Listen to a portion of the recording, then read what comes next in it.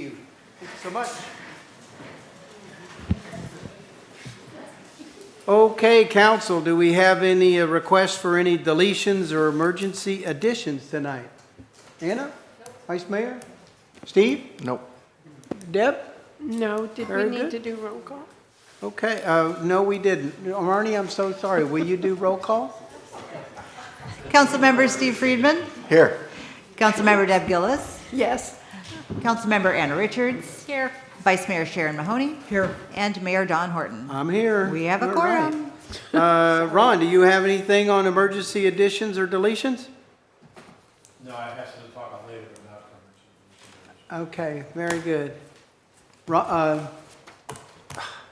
John? We rhyme. I know. Nothing from me. Nothing for you either. Okay, very good. Then, do we have any mayor and council communications? If you don't, I do. You know, one of the things that we fail to do sometimes is talk about the things that we do. I said do. And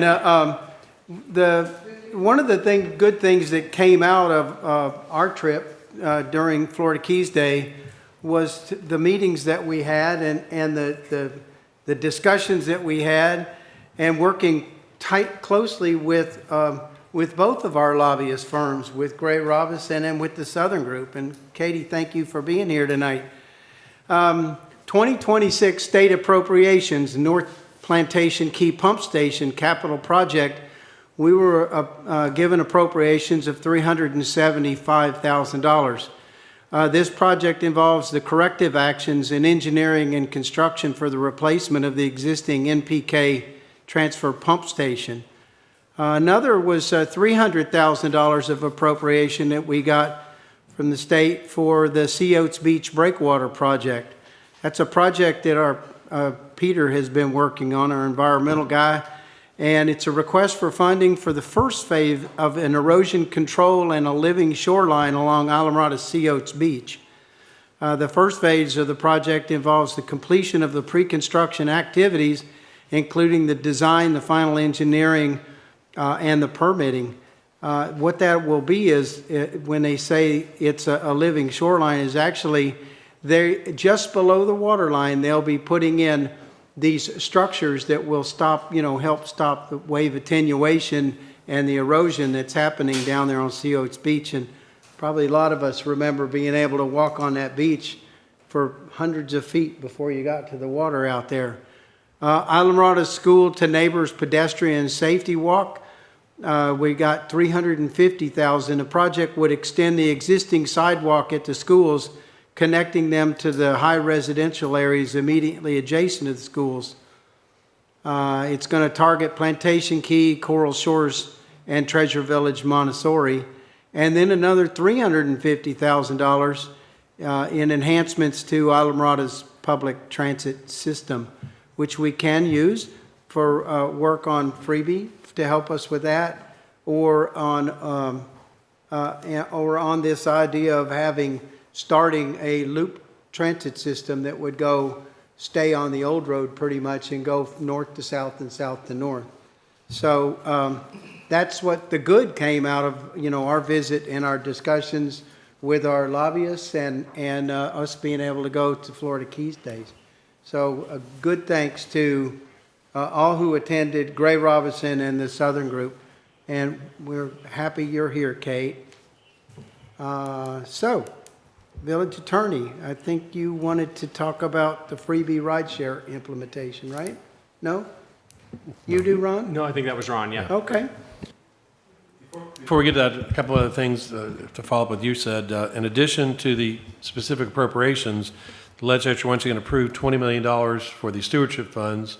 We've had communications as late as today to try to get an ILA done. It's required an ILA between the municipalities, the aqueduct, and the county. And so we anticipate our share of that to be at least $2 million. So we're trying to get it in writing, so I'm still negotiating the ILA, but that $20 million is on top of the other things you talked about. And obviously, we are also got, at the federal level, FQIP money coming. And we talked about the NPK booster pump station. Our goal is to have almost all of it paid for by grant money. And so we're getting close. This 375 is kind of, I call it icing on the cake, because we weren't counting on that. And that's why I didn't say anything until the governor didn't veto things, because I didn't want to draw any attention to it. So we did very well, unlike, let's say, other entities that got vetoed. None of our issues got vetoed, so thanks again to Kate and Southern Group and Gray Robinson. Steve? Are we working on getting that $20 million stewardship fee in perpetuity? Because this is an annual thing that we have to ask for, but there's possibilities of getting this in perpetuity, right, Kate? When it comes to legislature, nothing's in perpetuity, because they could always not withstand. But I think they've tried to write in the statute, if that's what you mean. But Yeah. any legislature, having been there, they can undo anything. So that's our goal every year, is to make sure it's in there. But every 2 years, you have different leadership. And theoretically, they could come in and say, we're just not going to do it. We've had Florida Forever funding that was in statute. I sponsored Everglades Forever, and they just didn't do it. So we've been very successful, thanks to our lobbyists and our folks up there. And by the way, I want to give a shout out to Jim Mooney, our state rep, and Anna Marie Rodriguez. Obviously, our legislative delegation did a great job getting these things, in addition to our lobbyists. 100%. But the stewardship money, every year, we have to fight for it, whether it's in statute or not, which I guess you mean forever. But they cannot withstand the statute. So that's why we have to, every year, stay on top of it, and that's why we have to stay in touch with our lobbyists and our legislators to make sure that it's funded every year. And the next exciting thing was the governor signing the fiscal year 26-27 budget of $665 million for continuing to restore the Everglades and the EAA project. In fact, I had been speaking to the Everglades Foundation, and Dr. Steve was willing to come last Tuesday, but you weren't going to be here, and I knew you were real interested in that project as well. So we've rescheduled him for August. He couldn't make it tonight, otherwise we would have had that. So Dr. Steve will be here representing the Everglades Agricultural Reservoir Area and the Everglades Foundation to give us an update on that. So Yeah, that's that'll be all excellent. good stuff going on. Yep. One other update. I've gotten several residents contact me about the sargassum issue, about the smell and piling up on the beaches. So today, my thought was, obviously, it should be impacting tourism. And so I contacted Kara Franker with TDC. And Dr. Brian LaPointe and I have a long relationship. I called him before I talked to Kara, and I said, what are you doing about sargassum? He actually is looking at a pilot project where it's not good to scrape it off the beach, because when it's the beach, you're taking sand with it, leads to erosion. You can't do it too far out, because then the sargassum has like living creatures like turtles and all. So I guess there's a sweet spot where it's offshore but not on the beach. He's looking at a project where he would use like shrimp boats and all to go out there and pull it out of the water before it hits the beaches. And then they repurpose it. Yeah, and then they could make it into fertilizer or something else.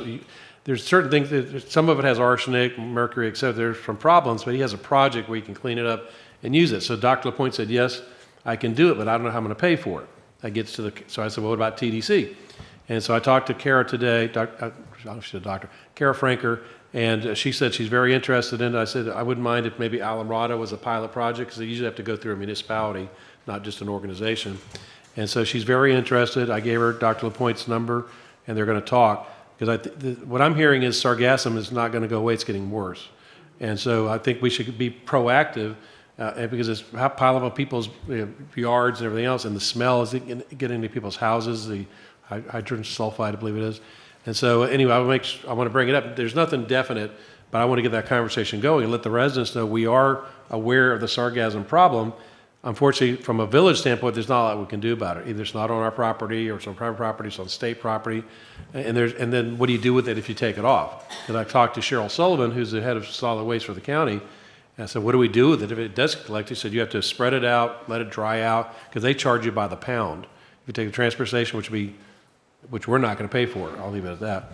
And so we're looking at different alternatives before it hits the beach. And so I just want to give you an update on that.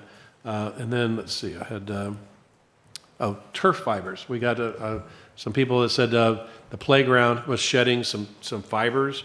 And so the mayor and I went personally today at lunchtime, and it's true, there were some fibers there. And so Maria was out there. We walked it with Maria. She was already aware of it. She has already contacted Caleb Smith with Sunshine Turf. And I sent you all, I think you should have gotten the email. Yep. It says it's kind of expected to have, it wasn't unusual, but they are going to come down to the playground and blow the surface using leaf blowers, and then collect and dispose of the piles. And so it's going to be taken care of. So in case, I'm not sure who any of you were contacted, but we are proactively taking care of the playground issue. But he And- said the problem was really just like brand-new fuzz on the carpet. It's something part of the manufacturing. It's just something that needs to be cleaned up and addressed at this point. So it's not that the thing's falling apart. And the playground was full of kids, and they were having a great time today. When we went there, it was right around noon, wasn't it? Mm-hmm. Yeah. It was packed. They have the Parks Recreation Program there, and there must have been, 30 or 40 kids Yeah, out they, there. they call it Camp Sunburn because all of the kids are out there, but they were having a great time. My two great-granddaughters were out there, so that was awesome, seeing them. And so the final thing is freebie. Once again, during the meeting Tuesday, we finalized the agreement literally during the meeting. So we do have an agreement with freebie. There are still some things that we might want to keep talking about, but we did basically talk on Tuesday about when to implement the $2 fee. And so I believe the direction was to implement a $2 fee. So I talked with Jason Spiegel with freebie yesterday, because obviously they haven't been charging here, but they do charge in other areas. And so I asked him for, how do we communicate with the riders about the fee? And he says that they have an in-app pop-up notification, so when you go on the freebie app, it'll tell you that. There's push notifications that have enabled that, so they can notify people that ask for notifications. They have an email campaign, because they have numerous people that are registered Alameda users in their database. So he will send an email that has the effective date, how to pay, frequently asked questions, and customer support. And then they call it driver and community ambassador outreach, where their drivers are called village ambassadors. They will notify riders of upcoming fairs during trips and answer basic questions. And then they'll also have a customer support team available to answer any questions. We know that there's an issue about people who don't have credit cards. We've talked about having to get prepaid cards and loading them. And he strongly discouraged, Jason strongly discouraged use of cash, Yeah. either with freebie or through the village. Yeah. And it can't be done, but internally for us, it was a lot of issues, and he didn't want to do it. So the cash part, we're going to try to encourage the people who don't have a credit card to get those. You can go to CVS, Publix, whatever, and get the cards and load them up. And he says that works in other areas, and it should work here. So that's the plan for implementation of the rider fee. Good deal. Can we, after the quasi-judicial, backtrack and talk about freebie a little Yeah. more? But let's get Ty out of here. Okay. Well, that was all If that's that's okay. all my Absolutely. manager Thank you. communications. And I'd there's some public comment as well, so I'd like to be able to open that as well after. Okay, John? I'm sorry. I'm good. I'm good with that. It's all good. I'm good with that. Okay. Well, why don't we, yes, John? Just on the freebie item, when we get to that, if we could just get a motion from the council as to when you guys would like to start charging. Very good. That way, because under the agreement, Tomorrow? it's But decided by okay. council. All right. Thank you, John. Deb? We'll discuss that later? Let's do it. About when? Yeah, sure. After Let's do it. Okay. Otherwise, I'll make my opinion now. But Good I'll deal. wait. I'll wait. All right. So why don't we go on and open it up to public comment? Speaking of public comment. We've got public comment here on the schedule. General so- public. We're off a freebie. Let's do open general public comment of things that are not on the agenda for tonight, but things that people want to get off their chest. So Marnie, do we have anyone signed up? We do. Let's start with Jamie Engel. Jamie, Your favorite person again. Hi. welcome. Jamie Engel, Plantation Key. Good evening, council. At Tuesday night's meeting, someone asked a question that I think deserves to be addressed again. Another community member asked, where was the energy and concern before when taxpayers were spending money on fields that were described as garbage, while also spending approximately $48,000 a year on water? And honestly, that is a very fair question. If the field has been in such terrible condition for years, where was the outcry before now? How many times did coaches, athletic directors, parents, staff, or community members come before the village council or the school board and demand that the field be fixed? And if they did, what happened? Because Tuesday night we heard from volunteer coaches Tony Hammond and Doug Mitkovich, I hope I said his name right, who both described the field as being in horrible condition. We also heard school board member Sue Woltansky recently refer to the field as an embarrassment. But this raises an important question.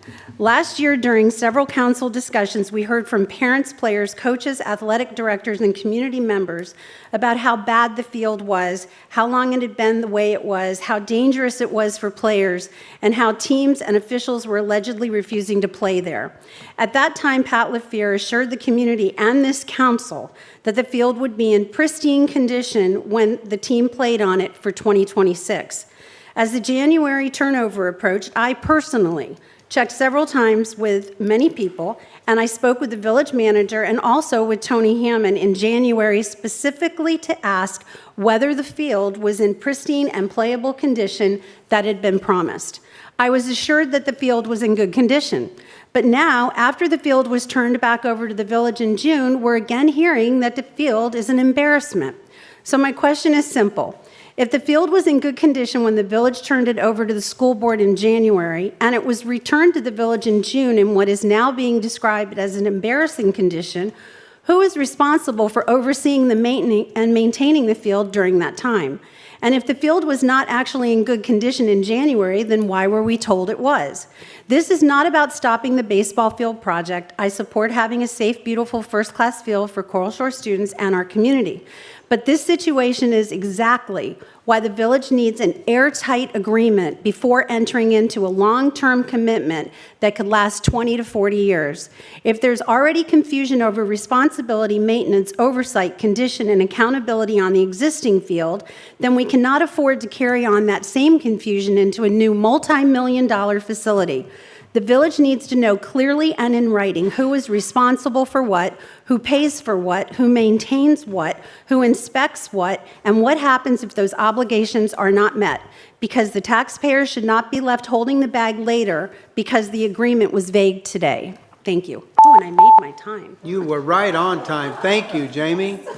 You must have timed that. I did. Marnie? Next up is Sue Miller. Okay, Sue. Sue Miller representing the Alamorada Community Alliance, and I didn't time myself. There are several things that I have a concern about. We have talked for several months about the status report that's supposed to be provided every month, and this month, again, I didn't see it, and I don't know who did. But I think that that's something that the public should have access to and know what the status of the projects that you're assigning our staff. I'm disappointed that we are trying so hard to save money that we can no longer provide a simple two-page copy of the agenda so that when we sign up for public comment, we know what tab we're signing up for. I am really frustrated, as I mentioned Tuesday, about the competitive bid process utilized by the village. The competitive bidding process is so critical for ensuring our transparency and cost effectiveness and the quality of our procurement process. And I hear quoted all the time about the selection committee is to be appointed as members of the staff. And so I wondered, where did that come from? It came from the Purchasing Policy and Procedures Manual, which I'm sure you have all studied, just as I did for several hours today. It is definitely out of sync with what you do. It's out of sync with Florida law. It's out of sync with village code. And I think that before you quote one section of the manual as being required, you should review the entire policy manual to make sure that it's correct, it's what you want to do, and it follows the rules of other government regulations.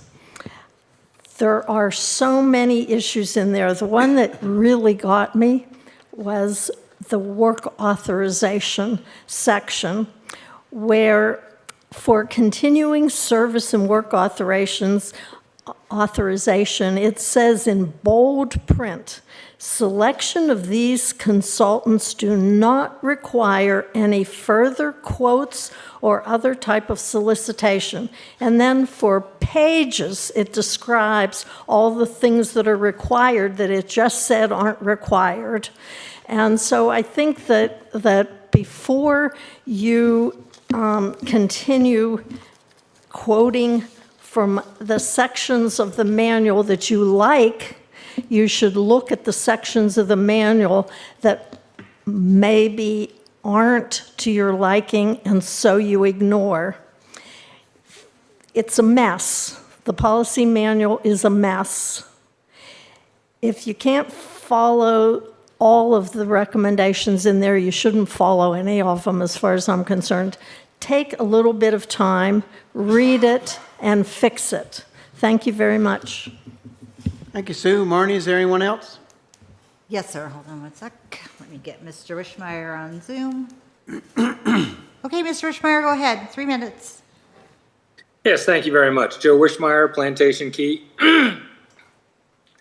I was greatly concerned when I saw that the discussion on freebie was under a concept where the public would not have any comment on it. So I just want to say I will talk about that later, but I am glad to see that you all moved that towards the end of the meeting so that we will be able to do some commenting on that, especially the amount of time that the committees put into it, and was hoping that a lot of the things got into the current contract that might be missing a little, and I'm sure that's what our manager was talking about when he said there are some things in the contract that we still need to talk about. I guess it would have been nice to talk about them before the contract was actually signed, but, I guess better late than never. The next thing that I wanted to talk about was, I don't know how you can have a quasi-judicial hearing on a piece of property that had code violations from the clear cut that happened on that lot. I had been talking about that for several times during public comment, and yet no action seemed to have been taken, and now they're going to actually apply for a dock. So I don't know how that can come about.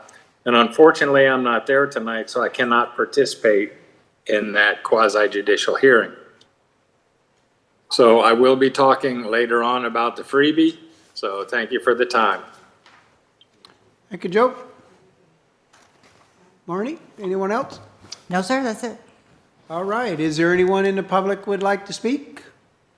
This is our first time, Smozinski's were avocado regarding the dock that he's. We'll get to the dock issue. This is just kind of open comments of anything not related to that, just for folks to, okay. So we will get to you, trust me. Okay, let's see. Hearing no other, public comment is now closed. And we can go into quasi-judicial, John? Yep, tonight we've got one quasi-judicial item. Please be advised that the following agenda items are quasi-judicial in nature. If you wish to comment on these items, please inform the village clerk by filling out the available sign-up form. An opportunity for persons to speak on each item will be made available after the applicant and staff have made their presentations on each item. As a reminder, testimony in quasi-judicial items must be in person, and Zoom testimony is not permitted.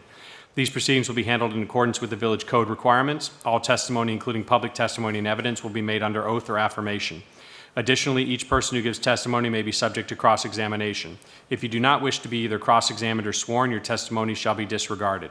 The general public will not be permitted to cross-examine witnesses, but the public may request the council to ask questions of staff or witnesses on their behalf.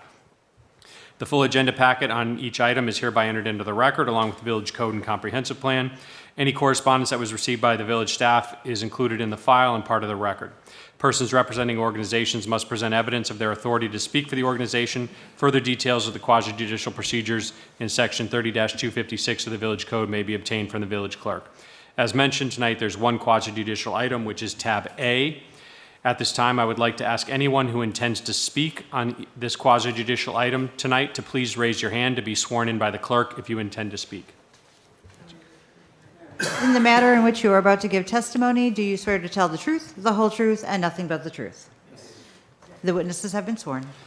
Mr. Mayor, tab A is a resolution of the Village Council of Islamorada Village of Islands, Florida, concerning the request by Glenn Bowe and Associates, Inc., agent for David Van Sant, for a dock length variance for the development of a pier-type dock with a 4-foot by 140-foot access walk culminating in a 160-square-foot, 8 by 20 terminal platform for a docking facility with a total footprint of 740 square feet on property located at 18 Avocado Street, Upper Matacumbe Key, as legally described in Exhibit A, providing for the transmittal of this resolution to the Florida Department of Commerce, and providing for effective date. Council, if you recall, before we begin, please disclose any ex parte communications you may have had with anyone, and please specify whether the person represented a group or entity, as well as the specifics of the subject matter in discussion as you best recall. Thank you, John. Anna? Just Brett Eckblum and Ty Harris in regards to applying for the long dock, and if I had any questions. Thank you. Vice Mayor? Brett Eklund, about if I had questions. Thank you. Steve? I spoke with staff about it, and I received a voicemail from Brett Eklund asking for support, and I didn't have a discussion. Thank you. Deb? I had none. You had none. I spoke to Ty, I spoke to Brett Eckblum, both about the long dock, and I got many emails about it, mostly in favor of it. So that's what it was all about. And then the conversations with Ty and Brett. Both related to the long dock variance and you know, if there was any issues with the long dock variance. Yeah. Thank you. All right, very good. We can begin. Daniel, would you like to introduce the item, please? Yes, thank you, Mr. Mayor, Council. A little bit of background. The applicant, Glenn Bowe and Associates, Inc., on behalf of the property owners, David Van Sant, has submitted a dock length variance application on the subject property located at 18 Avocado Street, comprising of approximately 0.61 acres of land area. The current use of the property is residential with a single-family home, pool, and other hardscaping currently under construction. The dock length variance application is for the development of a pier-type dock with a 4-foot by 145-foot access walk culminating in 160 square foot terminal platform for a dock with a total footprint of 740 square feet. The proposed dock has received approvals from FDEP and the Army Corps of Engineers. A notice of an intent to issue was posted on the property and mailed to the property owners within a 300-foot radius of the subject property on April 10th, 2026. On April 13th, 2026, staff received a request for a public hearing by the property owners located at 19 Avocado Street. There are standards for reviewing docks and granting long dock variances. I'll briefly go through those for this proposed dock. 1, will be consistent with the community character of the surrounding area. There are 17 pier-style docks within 1 mile of the subject property that are in similar design to the proposed dock. These docks range in length from approximately 30 feet to 165 feet. The two docks exceed 100 feet in length, measuring 154 and 165 feet respectively. Several docks within 1 mile north and south of the subject property extend north from jetties or peninsulas. When measured from the shoreline, these docks together with the jetty or peninsula extend out into Florida Bay up to 300 feet. The property to the southwest of the subject property has a dock that together with a jetty extends 145 feet into Florida Bay. A property to the northeast of the subject property has a jetty that extends 170 feet into Florida Bay. The second criteria, will not interfere with public recreational use or in public uses in or on adjacent waters, including the obstruction of saltwater flats. The proposed dock does not interfere with public recreational uses, and there are no saltwater flats near the proposed dock footprint. Third criteria, will not be detrimental to marine resources. The benthic survey submitted by the applicant describes a seagrass community consisting of macroalgae and seagrasses that is typical to the surrounding bayside nearshore waters of Upper Matacumbe Key and the Upper Keys. Several coral colonies are located on the existing boulders underneath the existing dock. Any corals impacted by the proposed dock will be required to be relocated or mitigated through the Florida Keys National Marine Sanctuary. The dock is designed to be elevated 5 feet above mean high water to reduce shading impacts to seagrass. The proposed dock terminates over seagrass and meets the requirement of -5 feet mean low water depth at the terminus in order to protect seagrass. Criteria 4, will pose no navigational or safety hazards. There is open and unobstructed water beyond the proposed dock terminus. The proposed dock terminus does not extend further beyond the jetty northeast of the property or the dock to the southwest. The dock will not impede standard vessel operation. To summarize, the reason this item is before you tonight is that upon public notice of the notice of intent to issue this variance, the neighboring property owner to the north requested a public hearing. The proposed dock meets the required criteria for granting a long dock variance. There are neither budget nor staff impacts. Staff recommends approval of this variance. The additional note, we did receive 5 emails from property owners in that neighborhood that state they're either in support or do not oppose the variance. That concludes my presentation, and I'm happy to answer any questions. Thank you, Daniel. Well, I'll ask you questions in a minute. Why don't we go on and open testimony to those that are in favor of this application? That would be Ty Harris. Stand up, Ty. I'm working on that. Thank you. Good evening, everybody. And with that zinger, my office is at 110 Plantation Shores Drive, Plantation Key, Florida, and I'm here on behalf of the owner of the property. I'll save a little bit of time for rebuttal if I need it, but I thought one of the interesting things that we really haven't talked about with dock variances before, because we don't really see a lot of challenges to them, is that if you look at the criteria for the variance for a dock, it is completely different than the criteria for a general variance in our code. One of the things that you have to demonstrate with a typical variance is that it's not a self-created hardship. It's a much different standard. What our variance criteria for a long dock does is it actually meshes the considerations of Department of Environmental Protection along with the Army Corps. So when you see the things about navigability, that is Army Corps. When you see the things about protection of benthic resources, and Daniel mentioned corals and seagrasses, that's the part that comes from DEP.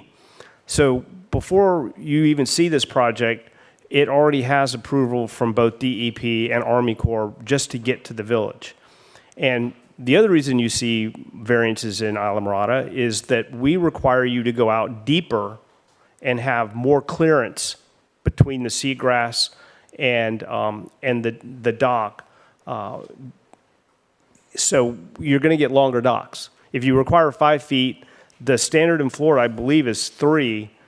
So we're making you go out 2 feet deeper. So you're going to have 145-foot docks and even longer docks. So that's why we have this variance process in place. And for properties that are on the water, when you buy on the water in Islamorada or anywhere in the state of Florida, if your property line touches the water, you have what are known as riparian rights. And part of those riparian rights are the enjoyment of swimming and wading, navigation, but there's one that goes to docks. It's called the right to wharf out. That's the legal term for it, which means, for most people, a dock. On Lower Mat, it may mean you get an observation tower or a little platform, but in the rest of Islamorada, it's the ability to get a dock. And so the dock that's before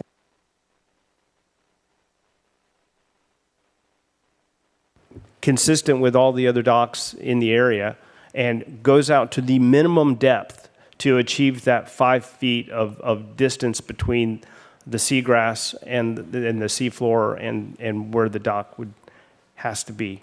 So I would ask that you approve it because, as your staff has pointed out, it meets the criteria for a variance, and I would reserve a couple minutes of rebuttal time if I need it.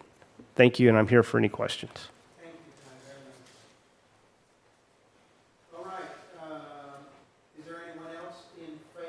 This application? I have no other speakers signed up. Okay, is there anyone opposed to this application? I have no speakers signed up for that Okay. either. I'm sorry, what? That's fine, that's fine. You're opposed to this? If you would, please come, identify yourself and just be either one of y'all or both of y'all. Come on. And your name and My and name your is address. My name is Matt Smozinski. My wife Suzanne. We just moved here 6 months ago from Sedona, Arizona, and we're going to oppose. Welcome, okay.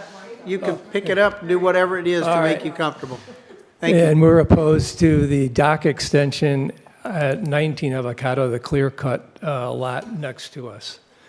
So we purchased this home 6 months ago, being kind of, I'd say, naive, not being from this area, on docks and boats and what have you. And we purchased this property that was very expensive to us and was our life savings. And boom, a month later, surprise, a giant dock's going to go in right next to us. And I have a picture here. I would like to, of our home. But if you can present it to the clerk. You and the you need to clerk give can- it to the clerk, and then Our home and the existing dock is there.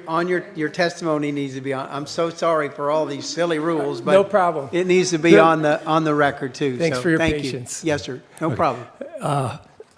So I have a list here of just a couple things that I'd like to say why I oppose this. Getting out of the basin with my 25-foot fishing boat is an issue is going to be an issue with the wind. I swim there every day, and it is 5 feet at the existing dock on that picture at low tide. So I don't see why it has to go way out. It's going to ruin the most beautiful sunsets in the United States are right out our back door. I'm not happy about it at all. Property values, and that's a start. That's just- And then we have some protected, we have horseshoe crabs right now nesting in our basin. And I don't know how thorough they were with checking everything, but it's just really sad that there's something there that they could just make a little better, you know? And not have to go, you know, make this whole thing with, I don't know how many boats, I don't know exactly what it's gonna look like, but, because I never saw a picture, I never got anything like that. But it's just, I just see, you know, like the boats sitting up in the air instead of, and just wrecking underneath. Yeah. It's just sad, we just weren't expecting it, you know, and we're already It was doing, a surprise, so just thought we'd try and see what. because we're making our basin work, you know, and our boat, nothing is in anyone's way, our neighbor to the right of us, the same thing. And That's good. yeah, we just, yeah. Thank you. All right, thank y'all very much. All right. Council, any discussion amongst council? Any questions for staff or Ty? No? Is there anyone else that would like to speak in either opposition or in favor of this item?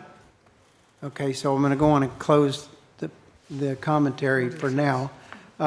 Daniel, I had just one question I had was the comments that's been made twice now about a clear cutting of the lot. Has the lot been clear cut? Yes, the lot has been cleared. Was it cleared without a permit? It was cleared prior to the permit being issued, yes. And I would like to remind everyone that it's not a part of the current application that's before you. Is there a current code case on the property? No, that issue has been handled. Okay, so there's no code case. There's on no it. open code case. Okay, that's really all I was really wondering was, are there any open code cases? Okay, awesome. I'd like to, well, I guess Yes, this is Sharon, not the please. time, but I'm right across the street and show up one day and I can see the ocean from CVS. And so you handled that already? Because I have been asking Ron what's going to happen to them. They clear cut that lot, which I have a huge issue with, and just sort of went away. Well, if the code case has been satisfied, then obviously Well, they've done something with it. So what was the outcome of that? Yeah, I mean, I'd like to know, because it was pretty Yeah. bad. You could see the ocean from the parking lot of CVS. Right. Well, the way that was handled was there was a stop work order. The contractor came in to see what they needed to do to correct the issue. What the code provides is that all the mitigation and fees are doubled from what they were originally for the house. And so we put that onto the building permit, so all the mitigation must be satisfied before a certificate of occupancy is issued for the house. Okay, all right. Well, that's the only thing that concerned me was the fact that, you know, we were processing something when there's a code case. But if the code case has been satisfied, then we're good that way, and we're staying within the code. I'm sorry, sir, I do see your hand, but the testimony is closed. And so we've given you a chance to speak in favor or in opposition, and we've given the applicant the same benefit. So we're really just right here now, up here with council, and then we'll probably entertain a motion if there's any other questions from staff. Is there anything else? Anything from Ty? Okay, is there Ty, would you like to rebut? You have the right. I'll be brief. The navigation issue was addressed by Army Corps. I too was also upset when I saw the lot, and I got a lot of calls. I was not representing the property at the time. And I think that in the future, what we should look to is a code change that disincentivizes people jumping the gun. The permit was in. It hadn't been issued. So, but it leaves everybody with a bad taste in their mouth, and it looks like somebody got away with something. And nobody likes that. So what we need to do is disincentivize that in the code in a way that, hey, you jumped the gun, you're going to get a 6-month timeout. You can't apply for any permits. You've got to make it to where people are not going to do it. Because if it's just a money thing, they're willing to pay the money to keep moving forward. But to me is the fault of the contractor. Right. That falls on the contractor. You're the local guys, you know the rules. So we need to make that where you're not saying, hey, I know the permit's in, but you're pushing me to do this, I'll just go ahead and do it. Because that's just not a good practice, and it makes everybody look bad. Yeah. So, I mean, it's not part of this, and I'm sorry that it's being interjected into a variance application for a guy from Atlanta that asked if they could move forward with the permit. Yeah. But I understand why everybody's concerned about it, and I am too. Thank you. Yeah, thank you, Ty. I don't know, with what you go through, the sometimes over a year-long process with Army Corps, DEP, and the Army Corps sends it out to all the other governmental entities. I think when you're all totaled, by the time that they're able to build this dock, is probably been about 15 governmental entities that has reviewed the dock application. I think that if they've met all that criteria, I don't know, I'll entertain a motion if anybody's got one. I'll make a motion to approve as presented. Okay, I've got a motion to approve the long dock variance, I'll second it. and I have a second. So, John, I suppose that based on the evidence presented tonight, that we've got a motion on a second on the up here to approve the long dock. So, Marnie, can you please call the roll? Councilmember Deb Gillis? Yes. Councilmember Anna Richards? Yes. Councilmember Steve Friedman? Yes. Vice Mayor Sharon Mahoney? Yes. And Mayor Don Horton? Yes. That motion passes 5-0. Mr. Mayor? Yes, sir. Real quick, can we just have a quick discussion on what Ty was just talking about in terms of maybe putting that into an after action? I think it would be great to have a discussion about that and maybe look at our code and make things to where there really is a detriment to that. I've been 100%. talking to John about finding a way to do what I would call a super fine. And I think that there are some egregious actions that take place, and of course, just going on a piece of property and clearing without a permit is, in my opinion, an egregious action. So I would go for that, Steve, 100%. Yeah, so I agree. have instruction to see if we can put that onto the after action and keep that on maybe into some sort of discussion in terms of changing it to what we feel is more appropriate. In fact, while we're still working on the comp plan, maybe there's something in the comp plan that we can actually plug in there right now. Good point, yeah. that would even give it a little bit more of an oomph, being in a comp plan and then in our LDRs. And you Yeah. have to admit that our contractors know the rules. And so, Yeah, 100%. And 100%. and I know the lot was cut on a Sunday Was because it? I was down at my shop. Yeah, and the Windy Day Plumbing came and got me and said, look what they're doing. Oh, wow. So it's pretty bad that because a lot of people have the money to just pay the fine and do whatever they want to do, and we need to put a stop to it. Yeah. And we do. Not just say, you just got to do it. You have to do, I like Ty's idea of more of a, put yourself in a, slap the hand timeout period or something more than just a money thing. Yeah. Because people can pay the fines. All right. Okay, let's see. There was some follow-up we needed to do tonight. You wanted to talk about Be Free. Okay. Thank y'all very much. Thank you, sir.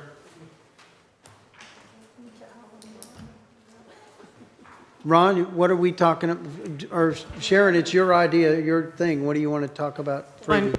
What do you want to say? Well, first of all, I want to know, it's supposed to be ride share. Why isn't a van included in the contract?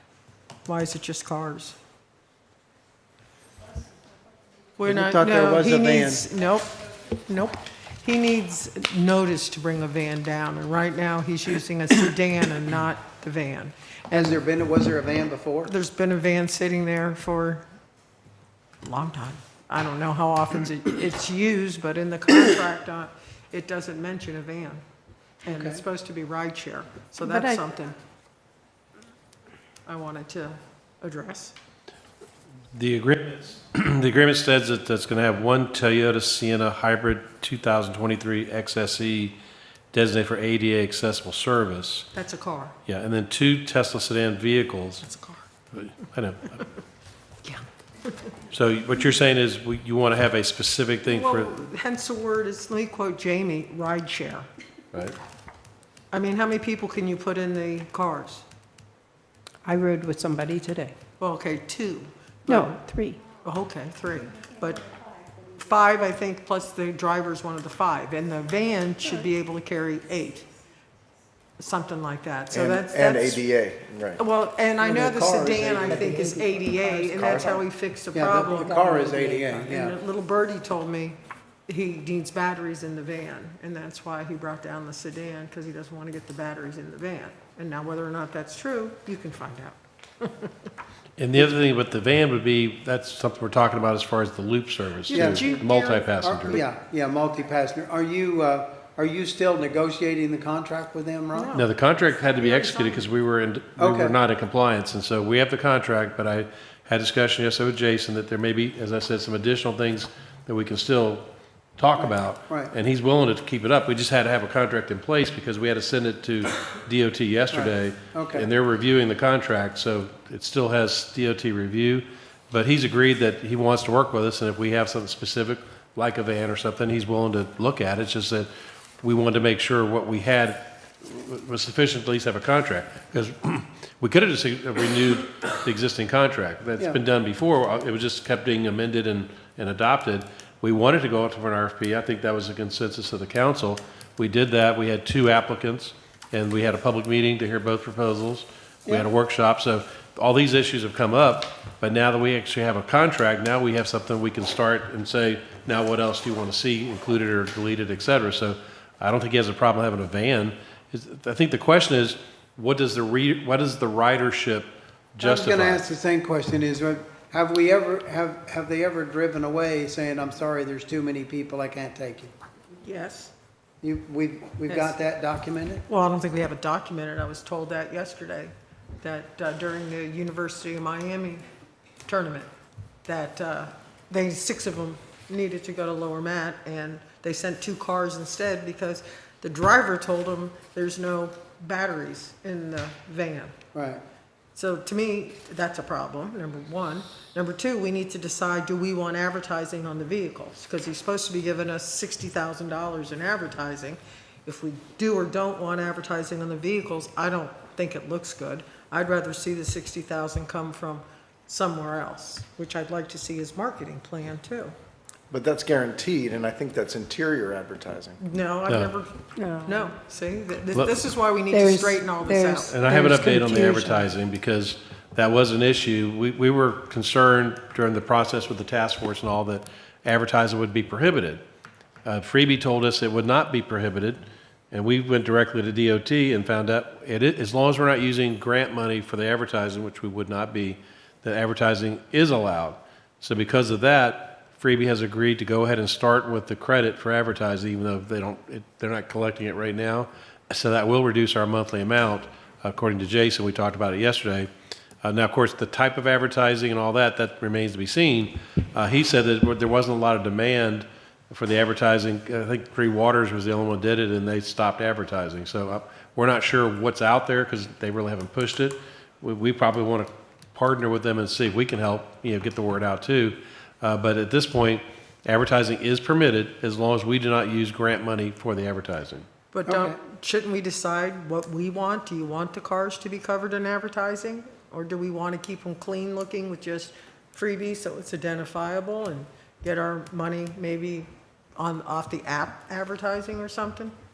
I mean, shouldn't that be decided? I don't think it should be, gaudy advertising and all of that, but I think that if it's tasteful, I suppose I wouldn't have an objection to it. I mean, that's like, there's a few of these trucks that are out I there, know. businesses that really look pretty bad. We've got a nice one with a big spleef on top of it in downtown Alamrata, and that's not so nice, but John, you had something you were saying? Yeah, I was just going to let you guys know that the advertising is subject to village council approval, and it's sole and exclusive discretion. So for advertising to start, it would need to come back to the council, and you all would need to approve. That's Well, in the Vice Mayor, it's a contract. good point. That's So, why I I mean, brought I it up. guess there needs to be a consensus on the council as What we to, want. So Yeah, here's, we don't want. when, early in their process here, they had Blue Marlin wrap their car, and it was gorgeous. It was absolutely gorgeous. So advertising on the cars can be done tastefully. It can be. yeah, it can be. I mean, there's some businesses out there where they And advertise. part on of the the problem in the past was that the cost of wrapping a vehicle, it was very high, and because we have a lot of small businesses in this town, we live off of small business, they didn't get a lot of takers, but they've been adjusting their prices over the years, and we'll see how that goes now. All right. Well, why don't we open it up to public comment if there is any, and hear what the public, I mean, the house is full tonight. Let's talk. Okay, first up, we have Jamie Engel. Jamie, how'd you draw number one again? I Twice don't in a know, I row. always do, right? Jamie Engel, Plantation Key, Venetian Shores. I do want to say, because there was a question as to when the $2 fee should start. The RFP was put out in March. So it was determined in March by whoever did the RFP and whoever approved it, that whoever got chosen was going to be charging $2.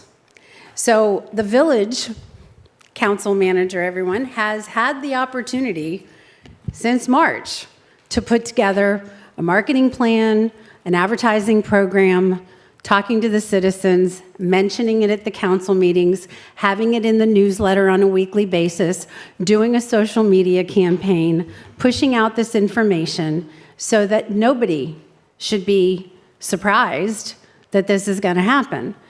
We had what I basically am considering another theatrical performance when we had a task force or a committee that came here and sat in front of everyone where you guys are sitting on television and gave all these recommendations. And basically a lot of that is not in that contract. That's in, if you've seen it or haven't seen it, there's not a lot in there. And the fact that we are behind the 8 ball right now and we have a signed contract, and yet we're going to make amendments to it, and we're going to make letters of understanding, and we're going to do it. I write contracts for a living in real estate. We do not do that. You sit down, you figure it out, you negotiate it, you put it in writing, you ask the questions, you get the questions answered. and then you all sign and execute that contract. So I think that with this, it's something that just having this conversation as to how advertising is going to take place, who's going to do the marketing. Well, we were told at the task force meeting or committee meeting that Alyssa is in charge of the marketing plan. The contract says that there's supposed to be a collaboration, and the last contract said the same thing. There's supposed to be a written marketing plan that was collaborated and put together by someone at the village and someone at Freebie. And I challenge you to go find that marketing plan from 7 years ago, from a year ago. And so moving forward, I just think like with conversations like this should not be happening because they already should have been decided. The T's should have been crossed and the I's should have been dotted. And we shouldn't be having this conversation as, well, gee, when do we start the $2 fee? In my opinion, the fee should start August the 1st. It should have started the day the contract was signed, which was Tuesday. But give them till August the 1st and get it going. It's $8,000 a month out of our pockets in this village as taxpayers if we don't do that. Thank you. Thank you, Jamie. Next up is Sue Miller. Sue Miller, representing the Islamorada Community Alliance. I guess the council hasn't seen this contract yet, according to your conversations.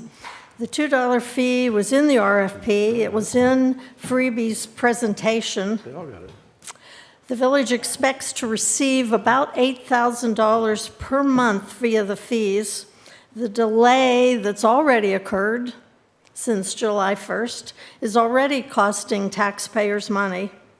The Freebie cost of this service went from the current $553,330 to $665,000, an increase of over $111,000. The taxpayers should be expecting to offset that with the $2 fees. Don't delay it. Every day means money to the taxpayers. And when it comes to the contract, I have other concerns. Mr. Saunders appointed a committee to address the contract terms. A ride-share contract task force workshop was held on June 24th. A lot of effort went into the contract provisions process by the committee members discussed at that workshop. Why aren't the members given a chance to review the contract before it was signed?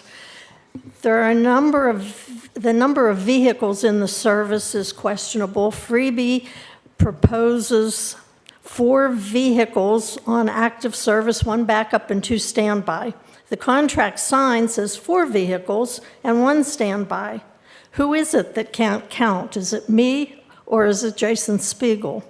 Days off for holidays. The Freebie proposal didn't provide days off, but they now are part of the contract. 4 days off: Thanksgiving, Christmas Eve, Christmas Day, and New Year's Day. Calculation of costs. The contract states 12 payments at $55,416 per month, plus credits for rider fees and advertising, if advertising is authorized, but no mention of adjustments for holidays off, for weather, for hurricanes. We get reduced fees if we are not provided at least 95% of the contracted number of hours per day. Does that include the days off for holidays and weather? Doesn't seem to say so in the contract. Freebie is now to provide a procedure as to how we can calculate whether 95% of the vehicles are available as per the contract. Why doesn't the village provide the procedure? We know how to subtract. Notice to change in vehicles and costs. The council was given the right to change vehicles to larger vehicles in the Freebie proposal, but in the contract, the village must give 60 days notice to change vehicles and pay $1,200 per vehicle to change. Neither are mentioned in the proposal. Yet a few months ago, Freebie changed vehicles without council approval or even notification. Advertising confusion. The council is to get $60,000 guaranteed advertising credit, yet now you're talking about whether that is for the outside of vehicles or not, or whether, what is it that we're getting our $60,000, or are we? I couldn't read the contract and decide. The net fee revenue, the $2 fee is in the contract as net fee revenue, so that they are to provide their revenue to us after credit or debit card fees are deducted. How do we verify this? On page 14 of the contract, net fee revenue shall not include fees, commissions, surcharges, or amounts retained by Freebie. What fees might they be retaining? Second charging station. We discussed a second charging station to reduce wait times, having some vehicles closer to frequently used pickup and drop-off locations. The contract gives Freebie sole discretion as to whether a second charging station will be utilized. There are so many decisions now required by the council, the implementation of the $2 fee, change in equipment, Freebie advertising. Why aren't they just simply included in the contract? I'm not a happy taxpayer. You decided you won't ask for a council pay increase, yet as council, you're making decisions that could cost a whole bunch more than what your pay increase would have cost. Thank you. Thank you, Sue. Next up is Mr. Wishmeyer on Zoom. Joe, you're up. Okay, let me give him permission. Okay. Go ahead, Mr. Wishmeyer. I think you're all set. Nope. Okay, it just came up. Thank you. Thank you. Joe Wishmeyer, Plantation Key. Boy, you'd think there wouldn't be a whole lot that I could add to what the previous speakers have said, but I do have a couple concerns that they did not bring up. One of them was the fact that it says in the contract that Freebie will assist the village in a marketing plan.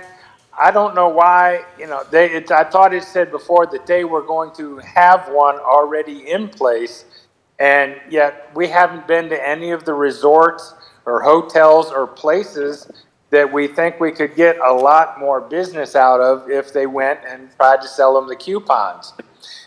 The next thing that really concerned me about that on the same thing was it said it will sell coupons at full rate or discounted rates. Well, why would we want to sell the coupons at the discounted rates? I believe that the $2 fee per person should be coming for every person that's on there. Now, if they want to sell them for cheaper and take a loss, that's fine. But the village should make sure that we get the full $2 for every passenger that is going to be on for a ride. The next thing is in the county contract. I know there was a lot of provisions for how to collect fees and things that we discussed at the workshop, and it's just amazing to me how a lot of that stuff did not get discussed. Even tonight, the manager says that, oh, well, there's still stuff we need to talk about, yet nobody was contacted about this. So I believe that there's a lack in there somewhere, and I really hope that this gets corrected. Thank you very much. Thank you, Joe. There are no other speakers. I'm sorry, what? There are no other speakers. Okay. Council? I think August 1st is fair in order to get the word out and make sure that all the riders, to start the fee, I'm sorry, I started in the center of my subject, to get the information out there. I've seen the communication plan that Freebie Be Free is suggesting, and it sounds very thorough in order to make sure that people understand that it's not free now, that it is $2. And August 1st seems like a fair starting date for our citizens. They weren't notified ahead of time, so. Okay. That's our fault that they weren't notified. Well, they kind of were because it was in the, Well, it's been out there since Yeah. March. I Right. mean, come on. that's why I said it kind of has been out there. It was at the meetings. It's been talked about it everywhere, so. You gotta start To doing me, a I would better start job. it like, I would give you a week and then start it, because then we're gonna have mini season, so why not That's a good call. do it for that, That's a good start it call. that week, because that's when we're gonna have a lot of people here, That's a good call. just my opinion. We gotta start doing better when it comes to these contracts and stuff. This is crazy. I mean, now, and I've been on this for 4 years with this, with trying to get this a better service and get it, somebody has to oversee it. And you do. It's like any business. If you don't know what's going on, you're not doing a very good job, so. Steve, any comments? Yeah, to me, I think the start date could really be just about any time. They've had plenty of notice, whether it's the notices about these meetings and the negotiations, plus anybody that's going to be signing up for this service, they're going to get, their app can give them that notice right then. Hey, by the way, this is going to be $2 a rider. To me, the start date, I think, could happen at any time. I'm fine with August 1st as well. That's just where I'm at. Thank you very much. I'm good with that too. I mean, a notification come up on the app, and the app say that there's a $2 fee. We know that the last time we had a discussion at this council about the possibility of losing freebie or the rideshare program, this house was full. So people are still paying attention. I don't think that this is a surprise. We've talked about having the fee structure behind this for a very long time. And I think that you're exactly right, Steve, is that when you're scheduling the ride, the pop-up says that there's a $2 fee. I think that any tourist that's down here that's going to utilize their service is going to be surprised that it's only $2. Because it's more in some other areas. So I think I agree, Anna, a week immediately, I just don't think it's going to hurt a thing to start charging now. That way we're not losing $8,000 a month, we're losing, 2 weeks, I guess, at the very most of what would happen there. I had a question for Council. Was the discussion, because I caught the tail end of it, that you would like to move it up because of the lobster mini season? Was that what you were saying? I wasn't clear about starting to charge. The start charge? Yeah. Next week. Yeah, I said, I'm saying give it a week, and in a week, if anybody uses this in the next week, it's gonna pop up. They can send out push notifications and everything. They're gonna you got a week's notice to go get yourself a prepaid card if you need that. Well, Otherwise, everybody's got debit cards. Who's gonna make Everybody's got sure credit it cards. pops up? Are you gonna make sure he does that? Yes. Okay. I'm holding you to it too. Well, it's not a difficult thing to do. You just go onto the app and look at it. It's going to pop up. And once again, I'm not sure the public's seen it, but I did furnish you all this afternoon with the marketing plan with it's a recommended schedule. And so if you want to move it up and get more revenue, I don't think it's a problem. I just want to make sure that Freebie can implement it, and he says he can. So if you want to move it to a week or whatever covers that time frame and make it a week before August 1st, I think we could try to do that. I mean, that's more money to us, so I'm fine with that if you want to try to do it. So Why it not? would be the 20th. The 19th, you can do it on Started- Sunday, the 19th. I was going to say, started on a standard work week, either a Sunday or a Monday, something. Started on- right. Yeah, So something. either the 19th or the 20th, commence the $2 fee. That gives him between now and then 10 days. Maybe there can be on the app now a notice. Is 10 there- days, there's going to be a $2 fee. You looking at Monday, July 20? Is that what you're saying? Yes, Monday, July 20th. Is there a, I don't think so, but is there a bookkeeping, because it's in the center of a month? July 1st, or August 1st would be the first of the month.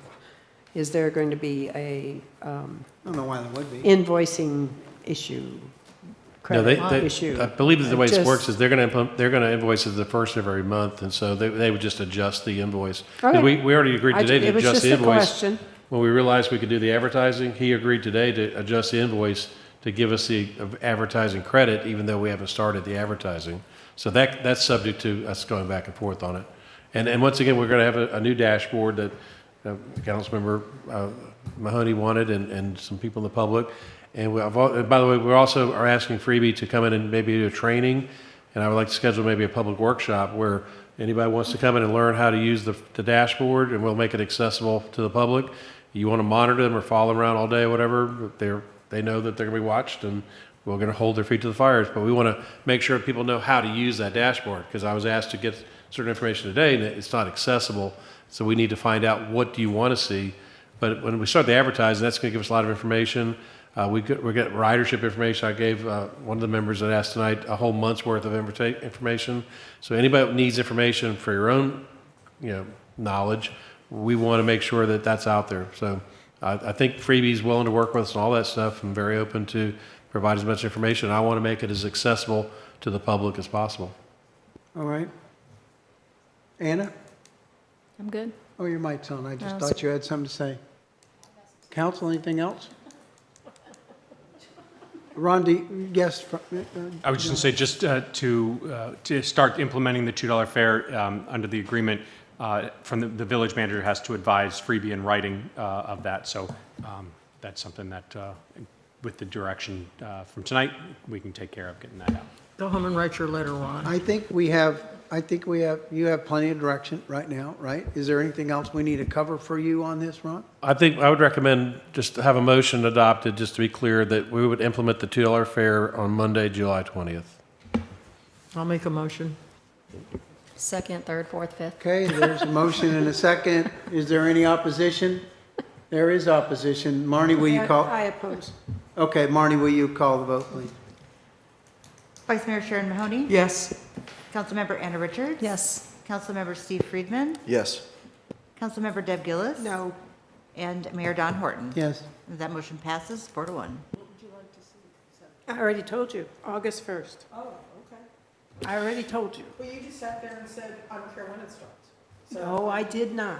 I It's said all- August it's all- 1st. It's all good. It's all I good. think it'd be interesting too to get, maybe in the first 6 months, get like a monthly report. We you know? should be getting a Have monthly them come up and say, hey, we had this many riders and this is the revenue. I that we think that's got in." the dashboard that Yeah. Ron was talking about, so we But should like be at able one to of the have public meetings, it would be really interesting. real time at that point. I think that's important, especially to start with, but it's for all the time. I think we need to have that dashboard that we can look at. Yeah. And on that, the plan would be, just as we implemented with the Aqueduct Authority coming every month to give a report, I would plan on having a monthly report, maybe by our staff. I'm not saying Freebie has to come every month, but I would plan on giving a monthly report and just give you the numbers of how many riders, how much revenue, any advertising changes, because this is all new. And Freebie has said they're willing to give us any information that we require. And so anything you want to have reported back to the council, be specific and let me know, and I'll be happy to ask Freebie. And once again, I want to have a workshop with the public where they learn how to operate the dashboard and access whatever information they want to. Yeah, I think that'd be great. Yeah, I don't think we need a workshop. I think that we just need to have a discussion about it, and that W word just keeps going on. Is there anything else that we need to talk about tonight? I wanted to leave us on a light note if I could, because everything always seems, yes, Deb? We don't have anything firm about the 21st meeting yet, right? You want me to do an update on the school, I assume you're talking about the baseball license? Yes, agreement? please. No, it isn't. That's not the a reason light I'll let zone. him finish So it. we're still going to end with my light, so let's talk about the ball right. field again.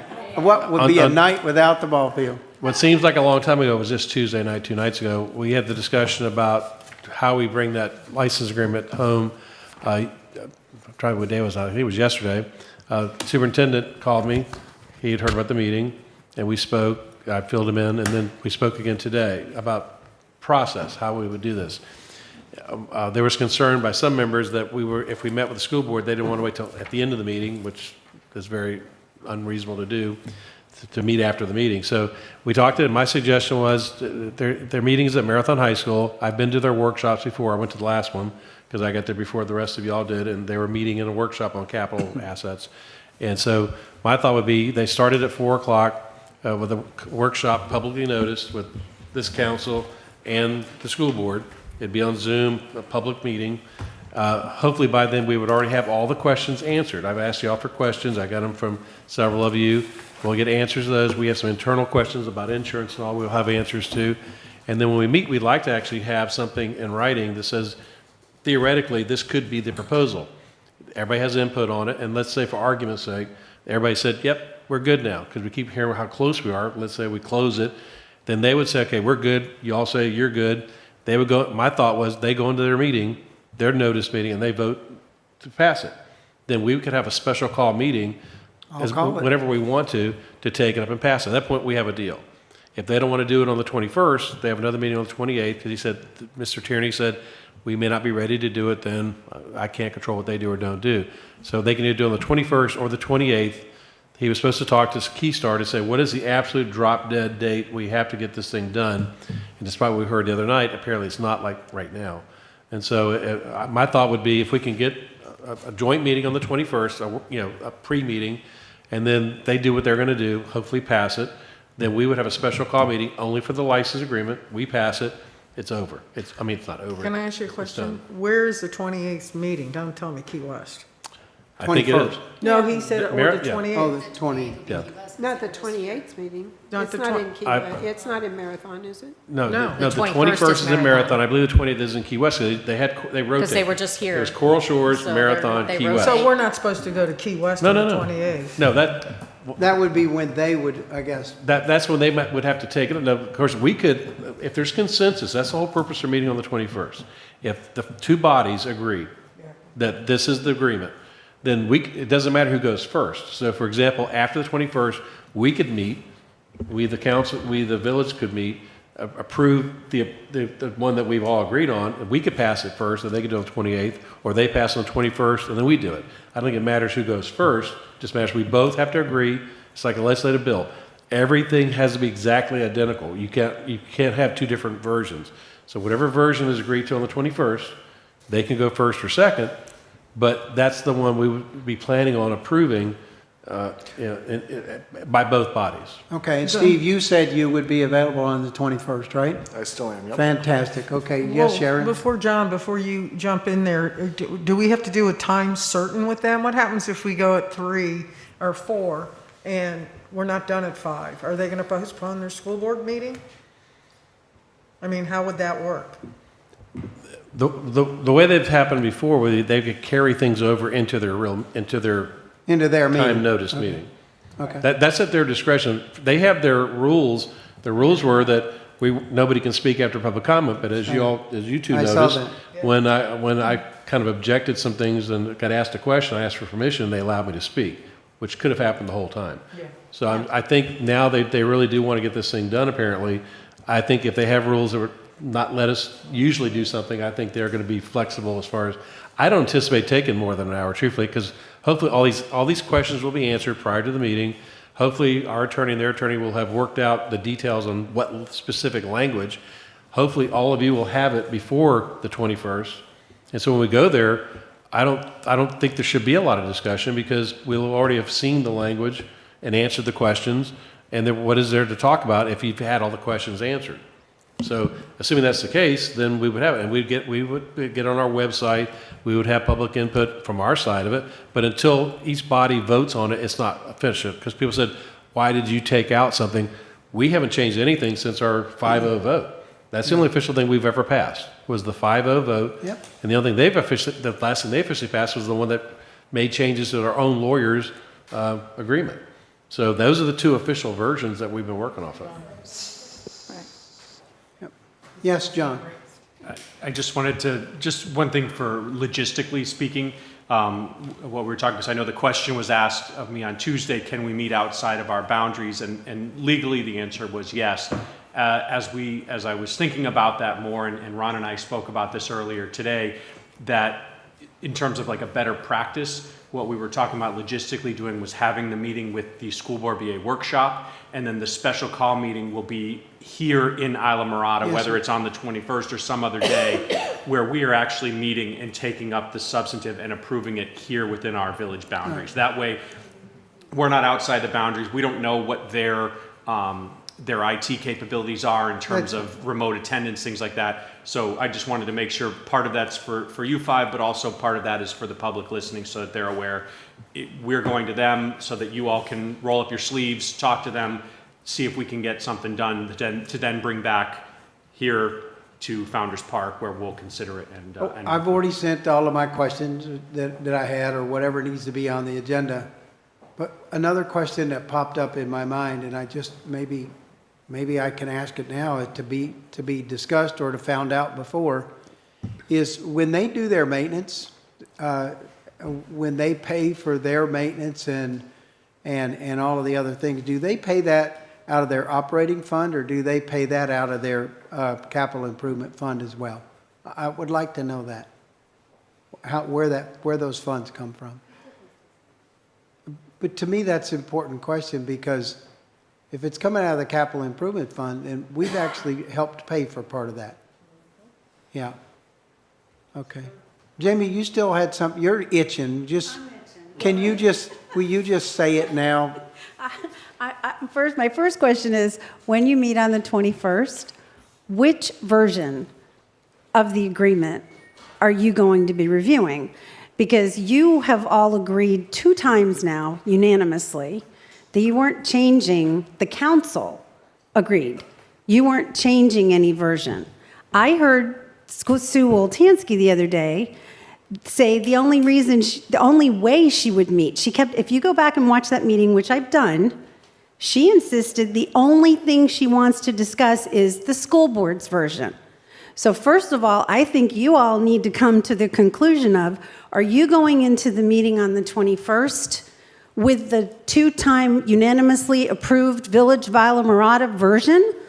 Because you have never voted on any of the changes that were actually done outside of the council. They were done between, they were done. So you all have to really,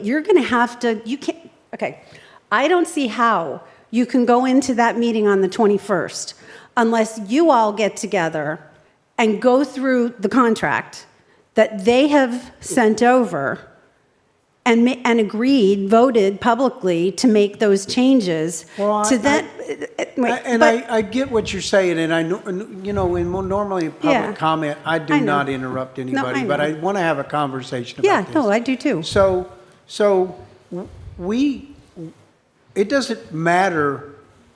I mean, it does matter, but it doesn't matter what version we go in there with. We know what we've voted, our 5-0 version. Right. If we go in there and we have a discussion with them on a completely different version, we're still going to have a discussion.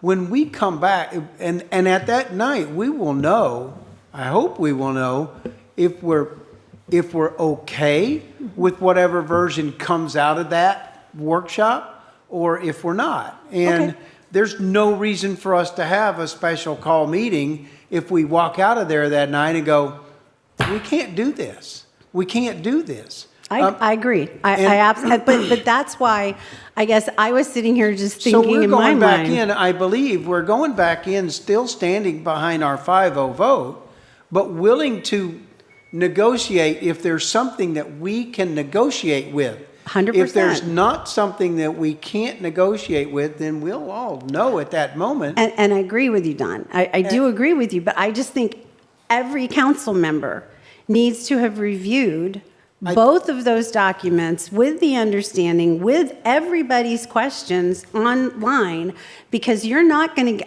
I've been to those meetings. I don't see how in 1 hour you're going to be able to get through, especially listening, if you watched the last school board meeting, and we were all there. And I watched it from the start to finish on TV. Exactly. We were there. We've watched it. So it's like, I don't understand how in an hour you're going to get through all of the questions that were there. And I did mention this to Ron, and so I'll just say this before. One of the areas that I was talking about, and I would like all of you to just be as concerned about as I am, or maybe John can help us better understand, is the insurance issue. 100%. Because in the agreement, either one of the agreements, the casualty insurance says that the licensee and the licensor shall each, during the term of this agreement, insure and keep insured to the extent of not less than 100% of the insurable replacement value thereof, the improvements, including all building structures, fixtures, and attached equipment on the property against such hazards and risks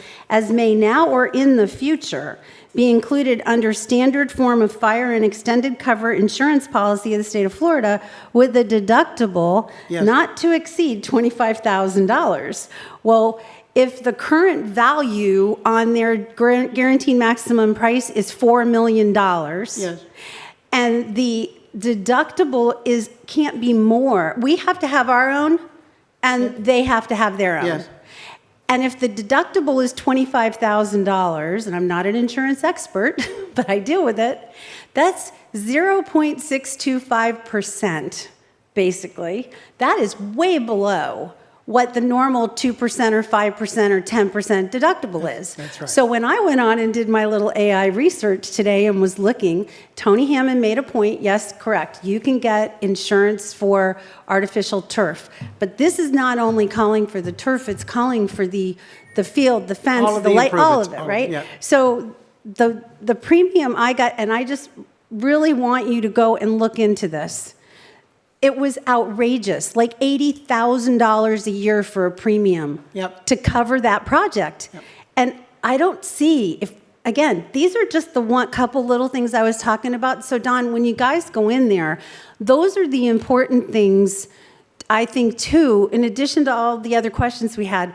Those are the most important things because those are the budget issues that we as taxpayers, and you're right, we are getting double hit because as taxpayers, we pay Monroe County, but we pay the school board taxes. And so no other, and David said this the other night, none of the other schools, none of the other baseball fields, if they get damaged, the school board pays for it. But we're going to get paid, we have to pay our school board portion. Now the village is going to have to come up. So the residents of the village of Islamorada is actually getting hit twice. But remember, in all fairness, the dollars that we pay out of our ad valorem taxes that we don't get exempted out of there, that doesn't go into the capital improvement fund. It's the half-cent sales tax that pays to build that. So the other is their operating account to run the schools. So the part that we get double dipped in is when we buy something in Monroe County, that half cent. So I don't want there to be confusion to anybody that the dollars that they pay out of when they pay their ad valorem taxes goes towards putting that field in, because it doesn't. But when we But live that was here my and buy question here, is, yeah, but it was. out of their operating, do they pay to operate out of their capital or out of their operating? Because then we do get double dip, because Right. we're also paying for that. Right. But the part that really, as far as the insurance goes, and this is right up your alley because you're a realtor, is that the way I look at this thing is this. Sue stood up there the other night and she said, "This isn't a business relationship; it's a partnership." But when I read that contract, this is a commercial land lease. Yep. We are the lessor and they are the lessee, and we are the grantor and they are the grantee. And if that contract's written that way, then it's written like a commercial land lease. Mm-hmm. And a commercial land lease, the entity leasing, the leasor normally doesn't have to pay for anything, including insurance. Exactly. And so, and I'm not a realtor, and I understand that. So for somebody to think that it's not a business relationship, that it isn't what we continue to say is an owner-renter relationship, then that contract needs to be written different. Right. Because it is a commercial land lease. And that is exactly the way that I was looking at it, and I think several of us have been the way I look. saying I've is been that, looking at it the whole and time. you and I have talked about it before, and Right. but I think just from where we were starting with this, I think all of you guys have to kind of be on the same page as you're going in there to know what it is you're talking about, because my understanding from what Sue said was It was only about their version and the one that they sent us. It had nothing to do with the version we sent. And truly, the version we sent on, because I worked my butt off on that version with many other people for hours all over this time, was to protect the village of Isla Mirada. That's who we're supposed to be here protecting, and I know you guys work really hard to do what you're doing, but I do think that that has to be the hat that has to be in there, and we have to have those protections. And again, just the budget and the finance numbers, and like Ron said tonight, that they're going to do, they talked about doing the security cameras that I brought up the other night, but he said we're paying for that. I don't think we need to pay for that. That, again, is part of their field, and even though we should both have ability to access the monitoring. Little things like that, I guess is what I'm saying. There's a lot of little things that really need to be cleared up in that contract. And I just think before we sign it, I just hope, we go down there, you absolutely have a great conversation with them. You've been begging them to do this for so long. So if they will finally do it, it'll be great. I hope that they do. But I mean, we've been wanting to do this for a year. Yeah, I know you all have. We've all been saying it. So Yes, we have. I'm all behind you guys. I appreciate what you're doing, but I definitely think we need to look over that contract with a fine-tooth comb, our version of it, and have the reasons why our version is better than their version, basically, and then come to a compromise, because that's what you do in negotiating. But we can't give that deal they gave us the other day, Don. I highlighted, although all the red lines in that version were not all of the red lines. They didn't include all of the things that were literally removed from your version of it. So I literally sat there and took both versions and went line by line by line by line. I actually will send you the one I did, which filled back in all of the parts that were taken out that are not shown when you just look at what they presented. So I think that's important, but I appreciate what you guys are doing. I appreciate you letting me talk, but the insurance issue, I think, is a huge issue if both of us, if we have to get our own insurance and it's going to cost us that much for a premium, and I don't agree that we should have to do that because they should be paying for it, basically. We're giving them a $10 million field for $10 a year. Right. Yeah. Thank you. Thank you, Jane. Okay. And you got to admit that their attitude, Sue stood right there and said, we don't want to talk about anything else but this agreement. So I think that's a problem going into this. She was pretty, Well, we are going to talk about that agreement, but no, part of that, the background of that agreement is our agreement. So we have to talk about our agreement. No, I'm just telling But you, she may I shut think down. that, I think we all got our homework to do. I mean, I've read everything that's come up and come across, and I haven't taken the time to highlight it. I actually used my AI. And I plug my AI in and say, you figure it out for me, and, yeah. Deb? No, I was just going to say is we have to you have to limit where the talks go, and the agreement is where they were trying to limit that. Right. And that's the way I took Sue's comments, is that they took our version, they marked up our version, maybe they deleted stuff too, but they marked up our version, and they want to stick to what that piece of paper is, not go back 5 versions ago. Yeah. To stick with that piece of paper. That's what I heard her trying to I say. think she was. But I think that there are things that are complete deal breakers or no-go or whatever in our 5-0 vote. We need to talk about that, and those need to be in these comments that John or Ron, whoever is going to get to them, because those are our talking points, and we'll go in there and say, here's our talking points. And I think and I've sent, I don't remember, it was a list of eight or so items to John and to Ron yesterday. And I kind of agree that I don't see how that can get done in I an do hour too. before the meeting as a I'll go down at workshop. 2 o'clock in the afternoon and sit from 2 to whatever time they want to start their meeting. I don't care. I want to get this done. I We've don't been see how trying that to can get it done. possibly get done in an hour. We've been trying to do this meeting. I think we just need to do whatever we need to do to get down there and have this meeting. And if they see that it's going to take longer, then they need to give us the time to do longer. And knowing what we've seen in the past, I would like to walk out of there with a vote from each of the entities, us and them, that night. We don't need any time, well, we need the time, yes, of course, to think about things, but we've seen it come forward in the past that, okay, today, well, yeah, okay, that's okay, but tomorrow it's not okay, So and you they've need to changed think, things. you think we need to have I an think- official vote by this council in Marathon? I heard what John said, though, but Yes. yes, I Yeah. think no, but not just by us, Yeah, by them too. by them too. Marnie, how many hours notice do we need for a special call meeting? Generally, we go with 72 unless it's an emergency. 72, okay. All right. How about this thought? This is a stupid thought. Yes, How Ron. about this thought? I'm sorry, What about this thought? If they're recommending a workshop, that we have a special call meeting here that night, but we have to have the school board's decision, because I would like to make our decision after the school board. So we leave the school board, we all drive here, and we And have a make a special call vote then here. on the 21st. I know, that's crazy. I don't want to do that, but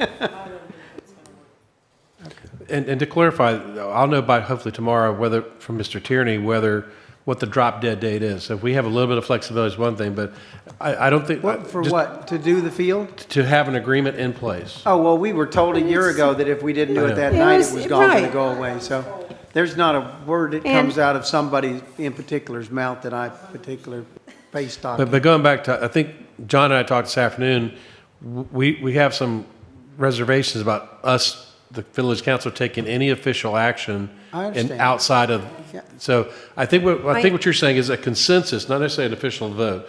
But let's say at the workshop, we end up having one product that both sides have seen before the meeting. And after the discussion, it could start at 1, 2, whatever time you want to. Then we go around and say, are you all okay with it informally? And then they take a vote. Then we come back and have a special call meeting the next day or something.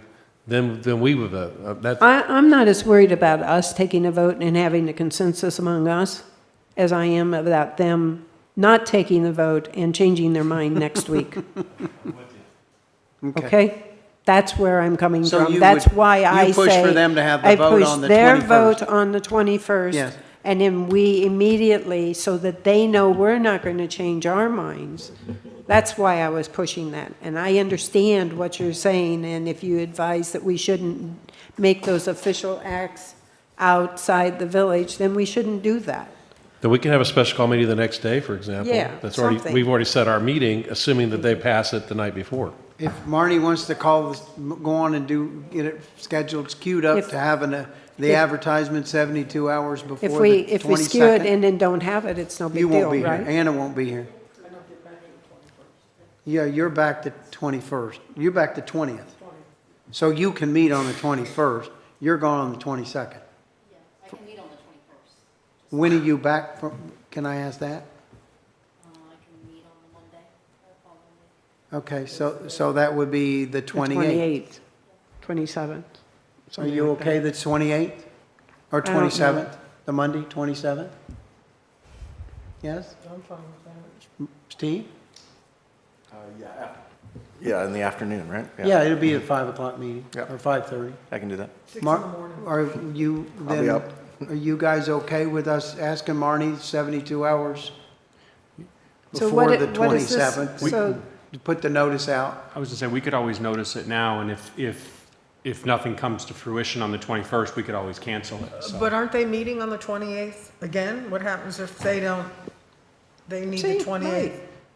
Yeah, they're meeting the 21st and the 28th, so. Okay. We'll walk out of there on the 21st knowing if we're going to be able to No, work we- with them or no, not. we aren't. And then we just need to, I'll take a we bet need on to that. officially, whatever the word is, codify it, is it? I don't know. We Oh. need to vote on it. I think the direction I'm getting is that, I'm looking at their schedule again, they're meeting on the 21st at Marathon and the 28th in Key West. I would prefer, when I talk to Mr. Tierney, my strong recommendation would be you vote on it on the 21st. Then we're going to have our special call meeting the next Monday, I think we're talking about. 27th. And then we have a deal. And then we're done. If they want to delay it, I think at that point it becomes clear who's who's been mishandling this from the beginning, and Well, if we it's want to not just, us. if they want What to is that delay it about? to the What is 28th, that then we'll about? have, yeah, I mean, first, we're going to walk out of there on the 21st knowing. And if we know on there, and if they change their mind on the 28th, then it's it's on them. It's on them now, because we're finally, today, being told that we still don't know if we're going to meet with them. No, we don't. They haven't said, yes, you're meeting, right? No. Mr. Tierney said he's going to recommend it. I talked to the school board chair, John Dick, who called me, who had some hesitancy, and I strongly recommended that he agree. And I think he agreed. He was going to talk to his members today and make sure they're okay with meeting with us. Because they said it publicly, we were there and heard it. And so unless they're changed their mind, which I hope they won't, and if they do, They then wanted the public meeting 3 months from now, though. We want it next week. Yeah. Well, it's election season. They wanted to do it after the election. Let me ask Marnie a question while we're all still here? Please, yes? What you sent us today, those are all the dates for August, and there's no meeting on September 8th anymore, right? No, there still is a meeting on September 8th. All of the, because the budget hearing is on the 10th, the 8th will be everything else. All I'm sorry right, if I was unclear there. okay. I'm glad I asked. September 8th. I don't even have that in my calendar. Can we ask a favor to correlate those calendars into ours and give us one similar to what that chart that we've had in the past? It was a calendar with the days marked up. That's because Please. it says September 8th on the one we have on my refrigerator. And now that's why Right. I asked, because I didn't see September 8th on.